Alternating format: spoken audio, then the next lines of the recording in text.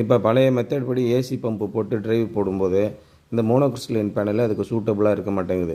அதனால் polycrystalline panel போட்டால் பிரமாதமாக வேலை செய்யும். நீங்கள் ஏசி பம்பு போடணும்னு முடிவு பண்ணிட்டீங்கன்னா நீங்கள் பாலிகிறிஸ்டலைன் பேனல் 330 335 வாட்ஸ் பேனல் இருக்குது. அது 1லேருந்து 3 ஹெச்பி வரைக்கும் இருக்கக்கூடிய டிரைவில் போட்டு நம்ம ரன் பண்ணலாம். அது 400 அடி 500 அடி வரைக்கும் நல்லா வேலை செய்யும், ஒரு பிரச்சனையும் இருக்காது. நீங்கள் பாலிகிறிஸ்டலைன் போட்டு போட போகிறீங்க, இல்லைங்க இப்போ லேட்டஸ்ட்டு டெக்னாலஜியில் மோனோகிறிஸ்டலைன் போட்டுருவோம், மோனோகிறிஸ்டலைன் தான் பைஃபேஷியல் வருது, டாப்கார்ன் வருது, இந்த மாதிரிலாம் வருதே அப்படின்னு நீங்கள் யோசனை பண்ணிங்கன்னா இந்த மாதிரி பிஎம்எஸ்எம் பம்பு போட்டுருங்க. பிஎம்எஸ்எம் பம்பு போடும்போது சுத்தமாக சூரியனே இல்லைனாலும் ஒரு 60 லிட்டரு பர் மினிட் வந்துக்கிட்டு இருக்குது. 63% தான் போயிட்டுருக்கு. வானத்தில் சூரியன் வெள்ளை மேகத்துக்கு பின்னாடி ஒளிஞ்சிருக்கு, எங்கே பார்த்தாலும் மேகம் சூழ்ந்த நிலை. கீழே பார்த்திங்கன்னா நம்முடைய நிழல் விழுகிறது கூட அங்கே வந்து அந்தளவுக்கு வெளிச்சம் இல்லை, அப்பயும் பிரமாதமாக ஒர்க் ஆகிட்டுருக்கும். இந்த பிஎம்எஸ்எம் பம்பு இப்போ லேட்டஸ்ட்டாக வந்திருக்கிற ஒரு அடிஷனுங்க. வேணும்னா நீங்கள் பாருங்கள், இதை பற்றின விவரங்களை கேளுங்கள்.